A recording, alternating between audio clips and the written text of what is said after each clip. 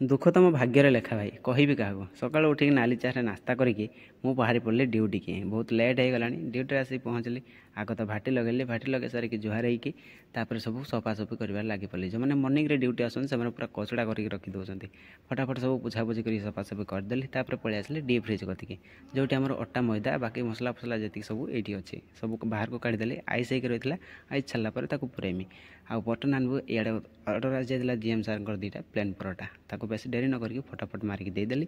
ତାପରେ ଦ୍ୱିପହର ସମୟରେ ଏତେ ସାରା ବିରିୟାନୀ ବଳିଯାଇଥିଲା, ଯେଉଁଟା ଆମର ପାର୍ଟି ଗୋଟେ ଥିଲା, ସରିଯାଇଥିଲା।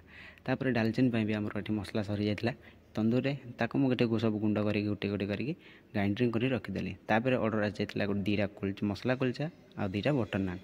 ତାକୁ ମୁଁ ଫୋଲ୍ଡିଂ କରିକି ଦୁଇଟା ମସଲା କୁଲଚା ସବୁ ପ୍ୟାକିଂ କରିକି ରଖିଦେଇଥିଲି। ତାପରେ ପିକଅପ୍ ପାଇଁ ଯେତେବେଳେ କହିଲେ ଫଟାଫଟ ମାରିକି ପିକଅପ୍ କରିବା ପାଇଁ ଲାଗି ପଡ଼ିଲି। ଦୁଇଟା ତ ଲଗେଇଲି ତନ୍ଦୁରୀ ରୁଟି ଆଉ ଦୁଇଟା ମସଲା କୁଲଚା, ଦୁଇଟା ବଟର ନାନ୍ ମାରିଥିଲି। କିନ୍ତୁ ଭିଡ଼ିଓ ବନେଇବା ଚକ୍କରରେ ମୁଁ ଗୋଟେ ବଟର ନାନ୍କୁ ଅଧା ପୋଡ଼ି ଦେଇଛି। କିଛି ଟେନସନ୍ ନାହିଁ, ଆଉ ସେଫ୍ କହିଲେ ଯେଉଁଠି ଚଳିଯିବ ତ ଚଳିଯିବ। ଫଟାଫଟ ମାରିକି ଦେଇଦେଲି। ତାପରେ ଇଣ୍ଡିଆନରେ ଆସିକି ଦେଖିଲି ଗୋଟେ ଧୂଆଁ ବାଲା ନୂଆ ଡିସ୍। ଆଉ ଏଇ ଡିସ୍ର ନାଁ ଯେଉଁମାନେ ବି ଜାଣିଛନ୍ତି କମେଣ୍ଟ କରିକି ନିହାତି ଭାବରେ କହିବେ। ତାପରେ ମୁଁ ପଳେଇ ଆସିଲି। ମୋତେ ଭାରି ଜୋର ଭୋକ ଲାଗୁଥିଲା। ଲିଫ୍ଟରେ ଗେଟ୍ ବନ୍ଦ କରିକି ମୁଁ ପଳେଇ ଆସିଲି ଏକାଥରେ ଖାଇବା ପାଇଁ। ଆଉ ଖାଇବାରେ ଆଜି ହେଇଥିଲା ଡାଲି କଲରା ଭଜା, ଯେଉଁଟା ମୋତେ ପସନ୍ଦ ନୁହଁ, ବାକି ହେଇଛି ତ ଖାଇବାକୁ ପଡ଼ିବ। ଆଉ ଯଦି ଭିଡ଼ିଓଟି ଭଲ ଲାଗିଥିବ ନିହାତି କମେଣ୍ଟ କରିକି କହିବ, ଆଉ ସବସ୍କ୍ରାଇବ୍ ନିହାତି କରିବ। ମୋ ତଣ୍ଟି ଶୁଖିଗଲାଣି। ଜୟ ଜଗନ୍ନାଥ।